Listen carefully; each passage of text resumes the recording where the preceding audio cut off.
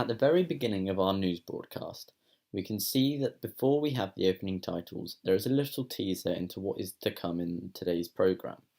This is very conventional and conforms to most, if not all, real media products. Most broadcasters will show a small snippet of what is to come in the programme to entice the viewers in. The man accused of the murder of April Jones is probably responsible for her death, his lawyer tells a court. The 5-year-old's... For example, this clip is taken from an ITV news broadcast. They clearly show the snippets of what is to come later in the programme, just before the opening titles, much like we have done in our film. It begins with much more snow on its way. And the royal baby is due in July. Kate and William are said to be delighted. When creating our opening titles, we wanted to make them relatable to our audience. The way we have done that is to film the shots from our local area. The viewers watching this will hopefully be able to recognise some scenic views. This conforms to the conventions of real media product by making the audience feel as if they are more involved with what you are showing them. Large news corporations also do this. For example, in the ITV News opening titles, their shots are all of very iconic places around the country, making anyone who watches it feel as if they are actually more involved with the stories that are about to be shown.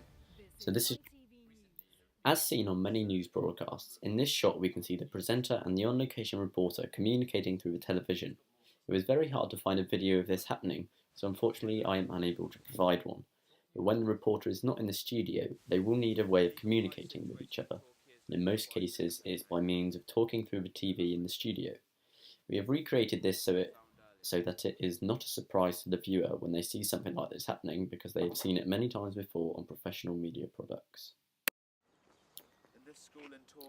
When watching the on-location report included in our broadcast, we thought that it was a good idea to switch between establishing shots of where the report is taking place and shots of the reporter talking to a camera.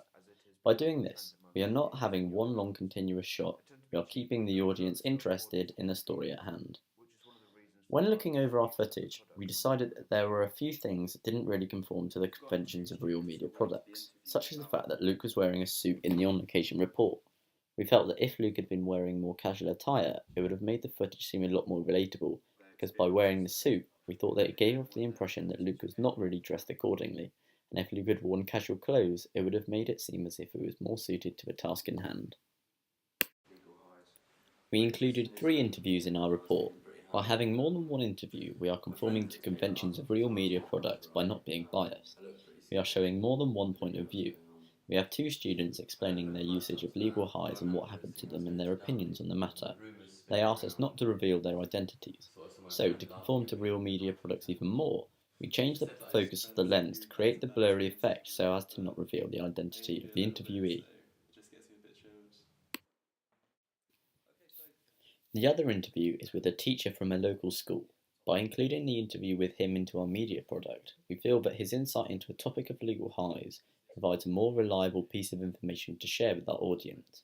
The reason for this being is that our main target audience is of the age of 17 and above, so by having an interview with a well-respected adult, we thought that it would be easy for most people to trust the information that he is giving us, and by also having 2 young boys give us their accounts on legal high usage, it provides first-hand information for both old and young people to take in.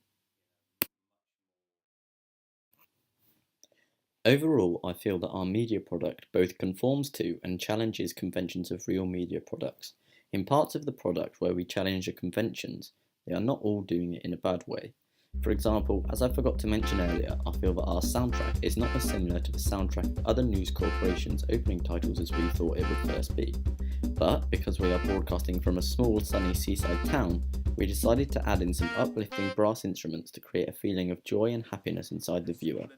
But, as I did mention earlier, we do have some things that we would change if we could, like the way that Luke is not dressed fit for the task in hand. If we had the opportunity to redo parts of our broadcast, this would be one of them. But the way in which we have conformed to real conventions of real media products have worked well. After listening to feedback from our viewers, we feel as if the things we try to conform to and have succeeded in have come together to provide a professional and well-tailored broadcast.